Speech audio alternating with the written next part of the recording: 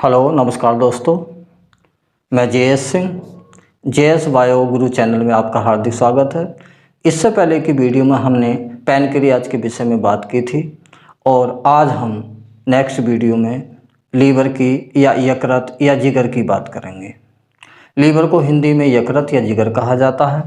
इससे पहले वीडियो में मैंने एक क्वेश्चन पूछने के लिए कहा था, उस क्वेश्चन को हम अब पूछते हैं। आज का क्वेश्चन है, यानी ये पिछली वीडियो का क्वेश्चन है, पिछली वीडियो से संबंधित है। आज से संबंधित क्वेश्चन भी हम वीडियो के एंड में पूछेंगे। तो पिछली वीडियो से संबंधित क्वेश्चन है कि पैनक्रियाज की बीटा सेल से कौन सा हार्मोन सीक्रेट होता है। क्वेश्चन दोबारा सुने, पैनक्रियाज की बीटा सेल से कौन सा हार्मोन निकलता है या सीक्रेट होता है। क्यों पैट्रिल वालों, इस क्वेश्चन का आंसर इस वीडियो के लास्ट में आपको मिलेगा। तो शुरू करते हैं आज की वीडियो। आज का टॉपिक है हमारा लीवर, यकृत या जिगर। तो हमारी बॉडी में लीवर एब्डोमेन कैविटी में, यानी कि उदर गुहा में, एब्डोमेन कैविटी में डायफ्रागम से नीचे और स्टोमक के ऊपर पाया जाता है।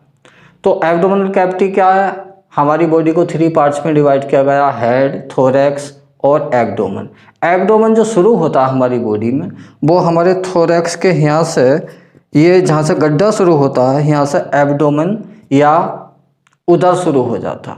तो जो लीवर है वो एब्डोमेनल कैविटी में, ये डायफ्राम शुरू हुआ, डायफ्राम से नीचे और पेट के ऊपर होता है और राइट साइड में होता है। किस साइड में होता है? राइट साइड में होता है, यानी कि इस वाली साइड में होता है।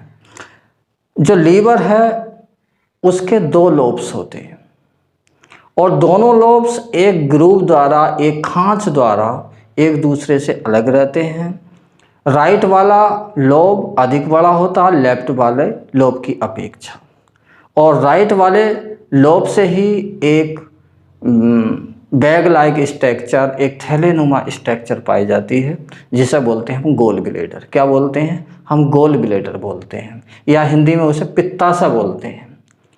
तो जो बताया मैंने, लीवर लोब से मिलकर बनाता होता, 2 लोब से मिलकर बना होता है और दोनों लोब के बीच में एक ग्रुप पाई जाती है और लोब्स में बहुत सारे लोब्यूल्स पाए जाते हैं। क्या पाए जाते हैं लोब्स में? लोब्यूल्स पाए जाते हैं और उन लोब्यूल्स के चारों ओर एक प्रोटेक्टिंग लेयर पाई जाती है, एक सुरक्षात्मक कवरिंग पाई जाती है, एक आवरण पाया जाता है, उसे हम कहते हैं गिलीसन कैप्सूल। क्या बोलते हैं? मेरे साथ बोलो पैट्रिल वालों, गिलीसन कैप्सूल।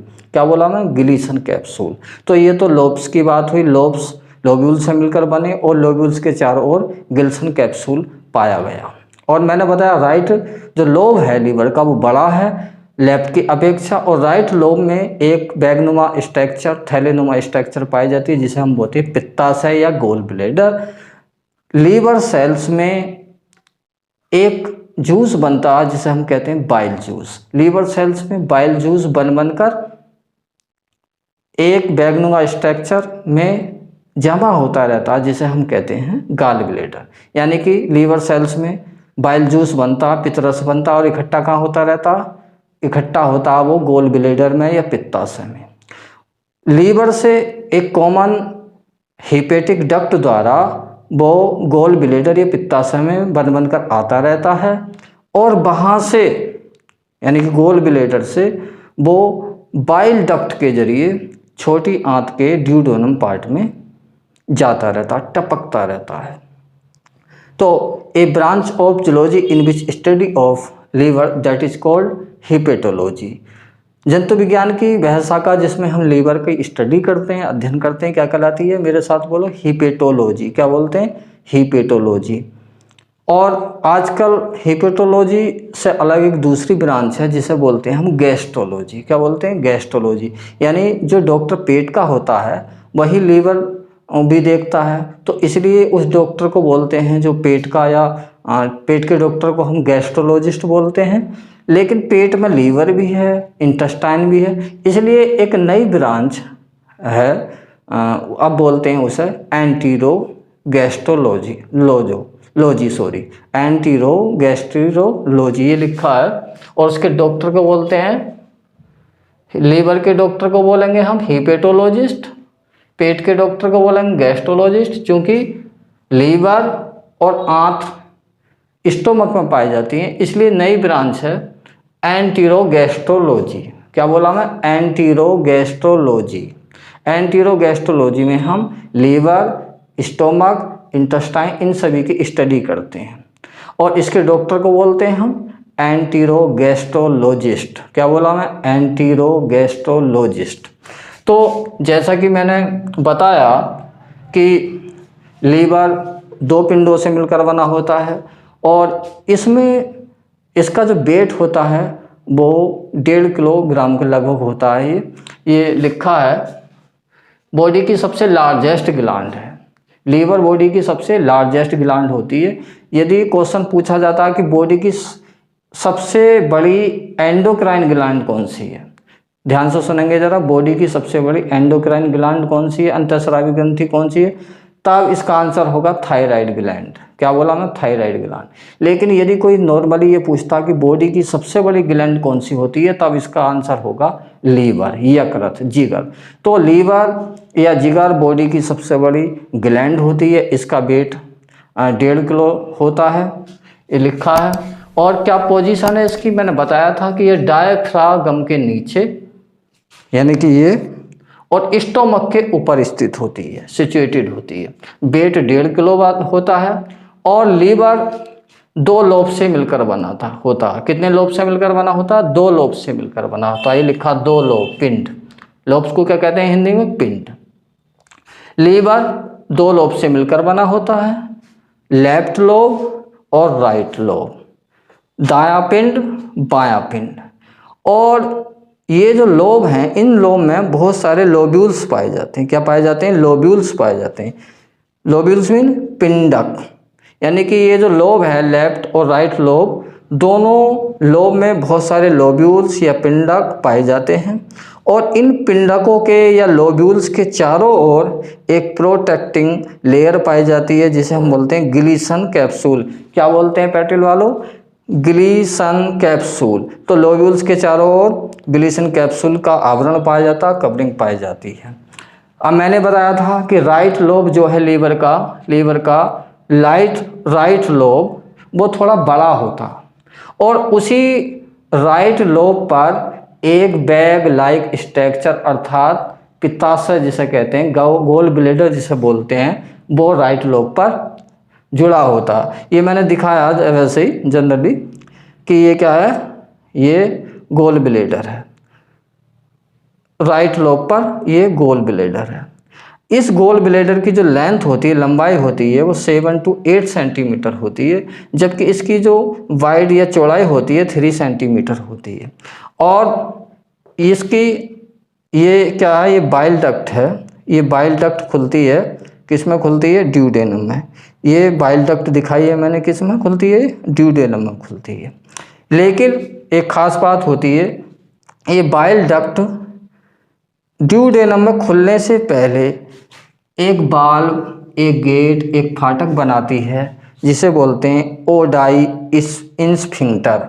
मेरे साथ बोलो क्या? ODI sphincter. यानी कि ये जो बाल्व है, ये बाइल डक्ट और स्मॉल इंटेस्टाइन का जो ये पार्ट है ड्यूडेनम, इसके बीच में पाया जाता है।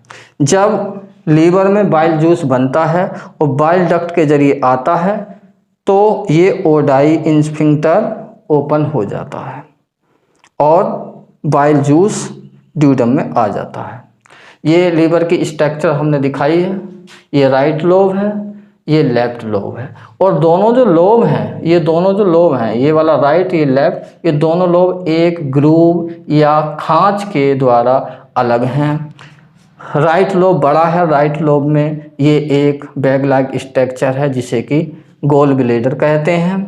और गोल ब्लेडर एक ट्यूब के द्वारा, जिसे हम बाइल डक्ट कहते हैं, क्या कहते हैं हम? बाइल डक्ट बोलते हैं।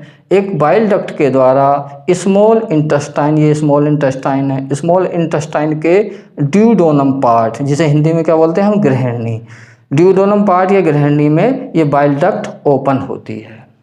और लीवर में जो बाइल जूस बनता है, जो पित्त रस बनता है, वो ये जो ट्यूब दिखाई हैं इसे बोलते हैं हम हेपेटिक डक्ट।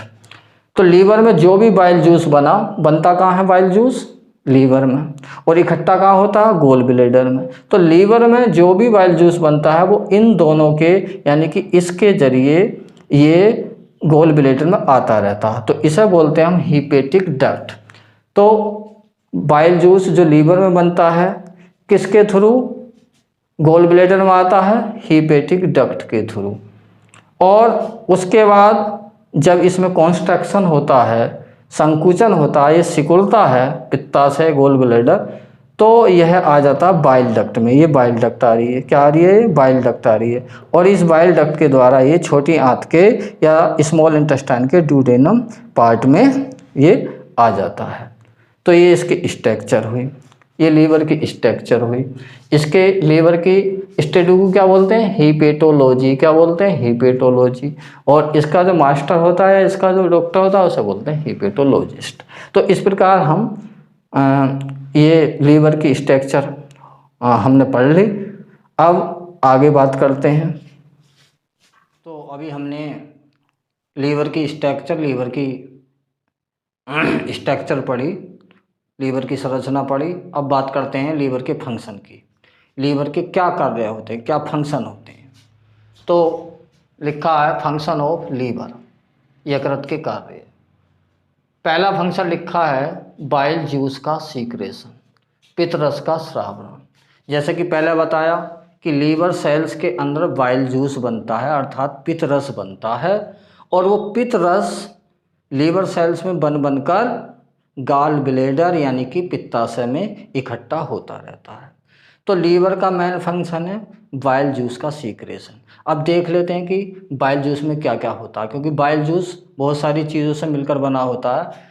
जैसे कि बाइल जूस में वाटर पाया जाता है, बाइल पिगमेंट पाए जाते हैं, बाइल साल्ट पाए जाते हैं, कोलेस्ट्रॉल पाया जाता है, लेसाइथिन पाया जाता है। अब ये जो बाइल पिगमेंट हैं ये भी दो होते हैं, बाइलीरुबिन, बाइलीबर्डिन। मेरे साथ बोलो ज़रा, बाइलीरुबिन और बाइलीबर्डिन, ये बाइल पिगमेंट होते हैं। तो बाइल जूस में ये केमिकल होते हैं।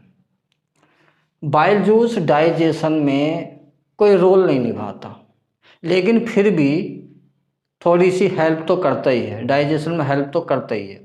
जैसे कि फैट के इमल्सिफिकेशन में बाइल जूस अपना रोल अदा करता है। इमल्सिफिकेशन किसका? फैट का इमल्सिफिकेशन। इमल्सिफिकेशन का मतलब होता है कि फैट या वसा को या चिकनाई को तोड़ना, उन्हें छोटे छोटे ड्रॉप में तोड़ना, माइसेल्स में तोड़ना। ये लिखा है इमल्सिफिकेशन।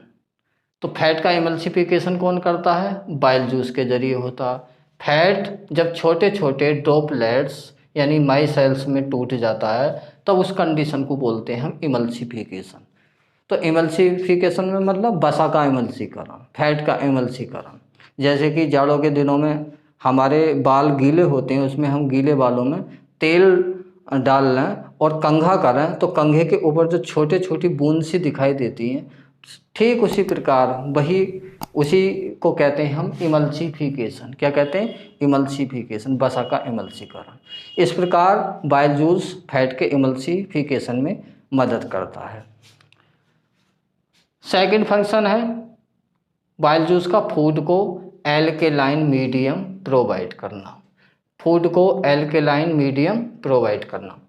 हम जानते हैं स्टोमक में जो मीडियम होता है, जो माध्यम होता है, वो एसिडिक होता अर्थात अम्लीय होता। अब अम्लीय क्यों होता? क्योंकि पेट में HCl पाया जाता, हाइड्रोक्लोरिक एसिड पाया जाता, और उसका pH मान HCl का कितना होता? 1.3 to 3.5, यानी कि इतना ज़्यादा एसिडिक वो होता है HCl। तो ये बाइल जूस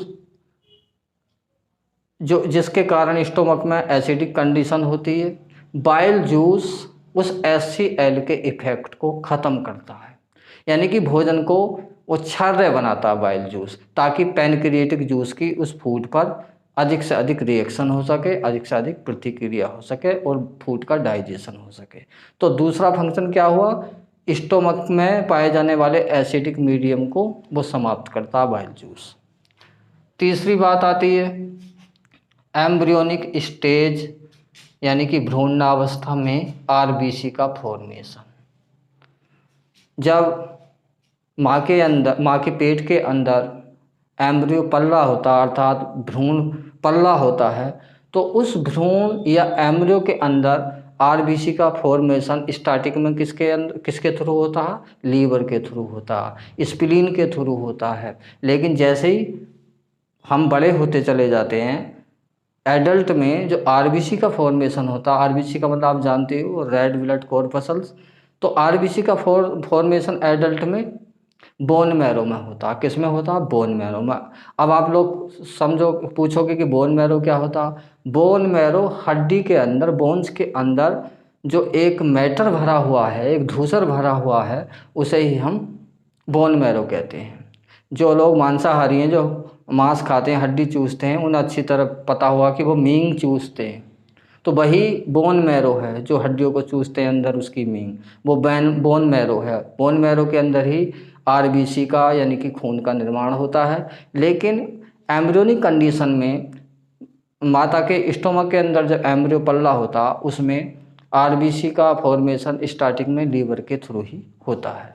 नेक्स्ट फंक्शन की बात करते हैं, टॉक्सिक सब्सटेंस यानी कि विषैले पदार्थों को बॉडी से आउट करना। तो लीवर जो है, बॉडी में कुछ विषैले या टॉक्सिक मटेरियल बनते हैं, लीवर उन टॉक्सिक मटेरियल को बॉडी से बाहर निकालता है, जैसे कि यूरिया, क्रिएटिन। जब बॉडी में स्मॉल इंटेस्टाइन में प्रोटीन का एब्जॉर्प्शन होता है, यानी कि प्रोटीन अपनी यूनिट, अपनी इकाइयों में टूट जाती है, तो प्रोटीन की इकाई क्या होती है? Amino acid. तो जब प्रोटीन अमीनो एसिड में टूटती है, तो ब्लड के जरिए वो अमीनो एसिड पहुंच जाते हैं लीवर में, और लीवर सेल्स उन अमीनो एसिड को लेकर यूरिया बना देती है, और यूरिया को ब्लड के जरिए यूरिया चला जाता है किडनी में, और किडनी उसे फिल्टर कर देती है। इस प्रकार यूरिया भी बॉडी से बाहर निकल जाता है। क्रिएटिन ये भी एक टॉक्सिक मटेरियल होता है, जिसे बॉडी से निकालना बहुत ज़रूरी होता है, क्योंकि क्रिएटिन या यूरिक एसिड भी बनता थोड़ा सा, तो इन्हें सबको, ये सब टॉक्सिक मटेरियल है, इन्हें बॉडी से बाहर करना ज़रूरी होता है।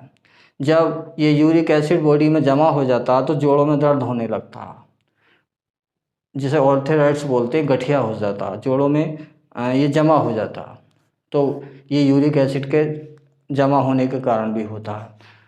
दूसरी बात, ये जो बाइल पिगमेंट हैं, बाइलीरुबिन, बाइलीवर्डिन, ये दोनों पिगमेंट भी एक्सक्रीटरी होते हैं, टॉक्सिक होते हैं। यदि बाइलीरुबिन की बॉडी में यानी कि ब्लड में ज़्यादा मात्रा हो जाए किसी कारण से, तो जॉन्डिस हो जाता है, पीलिया रोग हो जाता है। ब्लड में जब इसकी ज़्यादा मात्रा हो जाती है बाइलीरुबिन की, तो जॉन्डिस हो जाता है। और जॉन्डिस में आप लोग जानते हो, पीलिया में क्या होता है? आँखें पीली, फीस यानी मल, टट्टी का रंग पीला, स्किन पीली, आदमी पीला पड़ जाता जॉन्डिस में, पीलिया में। तो टॉक्सिक मटेरियल को बॉडी से आउट करने में भी लीवर महत्वपूर्ण भूमिका निभाता है। नेक्स्ट देख लेते हैं, हार्मफुल ऑर्गेनिज्म का फैगोसाइटोसिस करना। क्या बोला मैं? हार्मफुल ऑर्गेनिज्म का फैगोसाइटोसिस करना। बॉडी में जो हार्मफुल ऑर्गेनिज्म या हानिकारक जीव आ जाते हैं, जैसे बैक्टीरिया आया, कोई वायरस आया, या अन्य कोई हार्मफुल एंटीजन बॉडी में प्रवेश कर गया, तो लीवर सेल्स उन हार्मफुल ऑर्गेनिज्म को या हानिकारक जीवों को भक्षण कर जाती हैं, उनका फैगोसाइटोसिस कर जाती हैं। तो जो हार्मफुल ऑर्गेनिज्म थे, हार्मफुल जीव थे, लीवर सेल्स उन्हें क्या करती हैं? भक्षण कर जाती हैं। उस भक्षण की क्रिया को बोलते हैं फैगोसाइटोसिस। क्या बोलते हैं हम? फैगोसाइटोसिस। और इसके लिए लीवर सेल्स में जो सेल्स पाई जाती हैं, उनका एक स्पेशल नाम है कुफर सेल्स। नाम याद रखेंगे, कुफर सेल्स। पैटिल वालों, कुफर सेल्स। कुफर सेल्स किस में पाई जाती हैं? ये क्वेश्चन पूछा जाता है, वो कुफर सेल्स पाई जाती हैं लीवर सेल्स में, और इनका जो फंक्शन होता है वो होता है फैगोसाइटोसिस का, अर्थात हानिकारक जीवों का बॉडी में प्रवेश करने पर उनका भक्षण करना। नेक्स्ट फंक्शन की बात करते हैं, हिपेरिन। क्या लिखा है? हिपेरिन, लिखा है ब्रैकेट में एंटी क्लोटिंग सब्सटेंस। अब हिपेरिन क्या होता है? लीवर एक केमिकल रिलीज करती है हिपेरिन। ये हिपेरिन ब्लड वेसल्स में यानी कि रुधिर वाहिनियों में ब्लड को जमने से रोकता है, अर्थात क्लोटिंग नहीं होने देता, ताकि ब्लड की सप्लाई ब्लड वेसल में प्रॉपर होती रहे, उसका फ्लो प्रॉपर बना रहे। तो बॉडी में ब्लड में एक ऐसी व्यवस्था होती है हिपेरिन केमिकल के कारण कि ब्लड जमने से रुक जाता है, ब्लड जमता नहीं है और वो प्रॉपर फ्लो करता रहता है, प्रॉपर बहता रहता है। इसी प्रकार आप लोगों ने सुना होगा कि जब जोंक, जिसे लीच कहते हैं, तो लीच या जोंक जब किसी जानवर पर चिपकती है तो वो उसकी बॉडी से ब्लड को सक करती है, खून को चूसती रहती है और ब्लड लगातार निकलता रहता है स्ट्रीमिंग के रूप में। तो ये भी एक केमिकल के कारण होता है। उस केमिकल का नाम है हिरुडिन। मेरे साथ बोलो, क्या बोला मैं? हिरुडिन। क्या बोला मैं? हिरुडिन। हिरुडिन ये लीच में पाया जाता है, ये जोंक में पाया जाता है। ये क्या करता है? ये भी खून को जमने से रोकता है और खून जानवर से लगातार निकलता रहता है। जोंक या लीच उस ब्लड को चूसती या सक करती रहती है। हिरुडिन केमिकल के कारण ही वो खून लगातार रिसता रहता है। तो हिपेरिन एक क्या है? एंटी क्लोटिंग सब्सटेंस है, अर्थात ब्लड को जमने से रोकता है। अब नेक्स्ट फंक्शन की बात करते हैं। तो लीवर का नेक्स्ट फंक्शन की बात आती है। लीवर का नेक्स्ट फंक्शन है प्रोथ्रोम्बिन, हिंदी इंग्लिश दोनों में लिखा है, ऐसे लिखेंगे, प्रोथ्रोम्बिन एंड फाइब्रिनोजन का फॉर्मेशन। किसका फॉर्मेशन? प्रोथ्रोम्बिन का और फाइब्रिनोजन का। अब इसका फॉर्मेशन किस में होता? प्रोथ्रोम्बिन और फाइब्रिनोजन दोनों ही प्रोटीन्स हैं। इनका फॉर्मेशन, इनका निर्माण लीवर के अंदर होता है, लीवर सेल्स के अंदर होता है। और ये दोनों ही प्रोटीन्स, प्रोथ्रोम्बिन और फाइब्रिनोजन, ये दोनों ही ब्लड को जमाने में, ब्लड को जमने में हेल्प करती है। जब किसी दुर्घटना के कारण या किसी अन्य वजह से जब व्यक्ति के चोट लग जाती है तो बहुत सारा ब्लड बहने लगता है, लेकिन धीमे धीमे कुछ समय बाद वो ब्लड बहना बंद हो जाता है, वो जम जाता है। तो ब्लड को जमाने का जो फंक्शन करते हैं ये दोनों प्रोटीन करते हैं, प्रोथ्रोम्बिन और फाइब्रिनोजन। तो ब्लड क्लोटिंग का काम कौन करता है? प्रोथ्रोम्बिन और फाइब्रिनोजन, ये दोनों प्रोटीन ब्लड को जमाती हैं। और प्रोथ्रोम्बिन का जो निर्माण होता है, प्रोथ्रोम्बिन का जो फॉर्मेशन होता है, विटामिन के की हेल्प से होता है। ये भी ध्यान रखना आप लोगों को कि क्वेश्चन पूछा जाता है प्रोथ्रोम्बिन के लिए कौन सा विटामिन आवश्यक है, तो प्रोथ्रोम्बिन के निर्माण के लिए विटामिन के आवश्यक होता है। नेक्स्ट फंक्शन की बात करते हैं, ग्लाइकोजेनेसिस। मेरे साथ बोलो जरा एक बार, ग्लाइकोजेनेसिस। हिंदी में भी ऐसे लिखा है ग्लाइकोजेनेसिस। अब ग्लाइकोजेनेसिस का क्या मतलब होता है ये समझ लेते हैं। ग्लाइकोजेनेसिस का मतलब होता है कि जब बॉडी में, ब्लड में ग्लूकोज की मात्रा आवश्यकता से अधिक हो जाती है तो लीवर सेल्स ब्लड के जरिए उस ज़्यादा ग्लूकोज को ले लेती हैं और उस ग्लूकोज को लीवर सेल्स ग्लाइकोजन में बदलती हैं। किस में बदल देती हैं? ग्लाइकोजन में बदल देती हैं, यानी कि फ्यूचर के लिए ग्लाइकोजन के रूप में उसे लीवर सेल स्टोर कर लेती हैं। जैसे एक कुशल महिला, कुशल गृहिणी मार्केट से कुछ सामान मंगाती है रसोई का, किचन के लिए, तो ऐसा तो नहीं है एक टाइम के खाने के लिए सामान आता हो कि हल्दी, धनिया, मिर्च एक टाइम के लिए आया, कुछ ज़्यादा मात्रा में भी आता होगा। तो एक जो कुशल महिला होती है वो उस राशन को कूट छान कर अपनी किचन में रख लेती है और जब बाद में ज़रूरत पड़ती है तो जो उसने स्टोर किया उसे यूज कर लेती है। ऐसे ही हमारा जो लीवर है उसकी सेल्स आवश्यकता से अधिक ग्लूकोज को ब्लड से ले लेती हैं और उस ग्लूकोज को ग्लाइकोजन में चेंज कर स्टोर कर लेती हैं। तो इस प्रकार लीवर जो है एक किचन का या स्टोरेज ऑर्गन का काम भी करता है। नेक्स्ट फंक्शन आता है ग्लूकोजिनोलाइसिस। ध्यान से बोलेंगे, ग्लूकोजिनोलाइसिस, ग्लूकोजिनोलाइसिस। अब क्या होता है, जब हमने कोई फास्ट रखा, उपवास रखा, या हम लंबे समय तक भूखे रहे, या किसी अन्य प्रॉब्लम के कारण हम खाना नहीं खा पाए, तो बॉडी को तो प्रॉपर एनर्जी की नीड होती है। अब वो एनर्जी कहाँ से आए? तो लीवर के अंदर जो ग्लाइकोजन शेप थी, जो स्टोर थी, वो ग्लाइकोजन पुनः दोबारा ग्लूकोज में टूट जाती है। तो ग्लाइकोजन से दोबारा ग्लूकोज बनना, उसे कहते हैं ग्लूकोजिनोलाइसिस। ग्लाइकोजन किस में बदल जाता? ग्लूकोज में। यानी कि ग्लाइकोजन से ग्लूकोज का बनना क्या कहलाता है? ग्लूकोजिनोलाइसिस। और ग्लूकोज से ग्लाइकोजन का बनना क्या कहलाता है? ग्लाइकोजेनेसिस। तो होता क्या है ग्लूकोजिनोलाइसिस में? वो ग्लाइकोजन जब बॉडी को ज़रूरत होती है ग्लूकोज में बदल जाती है। नेक्स्ट फंक्शन की हम बात करते हैं, ग्लाइकोनियोजेनेसिस। क्या बोला मैं? ग्लाइकोनियोजेनेसिस। अब ग्लाइकोनियोजेनेसिस में क्या होता है? ग्लाइकोनियोजेनेसिस में होता है कि यदि व्यक्ति लंबे समय तक बीमार है या किसी अन्य वजह से वो बहुत समय से खाना नहीं ले पा रहा है, वो इतना ज़्यादा बीमार हो रहा है कि उसके अंदर ग्लूकोज की कमी हो गई है, ग्लाइकोजन भी ख़त्म हो गई है बॉडी में, बहुत दिन से खाना ही नहीं खाया है, ऐसा लग रहा है जैसे वो मरने वाला है। तो उस समय भी वो ज़िंदा है, लेकिन उसके जब ज़िंदा है तो एक्टिविटी तो उसकी बॉडी में लगातार चल रही है, एनर्जी तो खर्च हो ही रही है। तो ऐसी कंडीशन में वो खाना नहीं खा रहा, ग्लूकोज नहीं ले पा रहा है, तो क्या करता है बॉडी? क्या करती है, जो बॉडी के अंदर अन्य पदार्थ हैं जैसे कि अमीनो एसिड है, प्रोटीन है, फैट है, उनसे ग्लूकोज बनाने लगती है बॉडी। तो लीवर सेल्स क्या करती हैं? प्रोटीन्स यानी कि अमीनो एसिड और फैट से ग्लूकोज का निर्माण करने लगती हैं।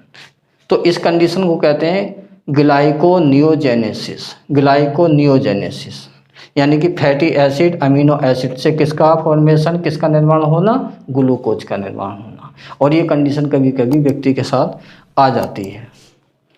नेक्स्ट फंक्शन है storage and synthesis of some vitamins and fat. क्या लिखा है? Storage and synthesis of some vitamins and fat, मतलब कुछ विटामिन्स और फैट का निर्माण और उसका स्टोरेज।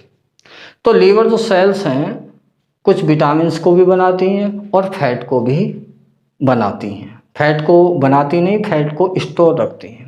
और लीवर सेल्स में ये फैट कैसे बनता है? ग्लूकोज के जरिए बनता है। यानी लीवर सेल्स में एक कैपेसिटी होती है कि वो एक्स्ट्रा ग्लूकोज को फैट में भी कन्वर्ट कर सकती है, फैट में भी बदल सकती हैं।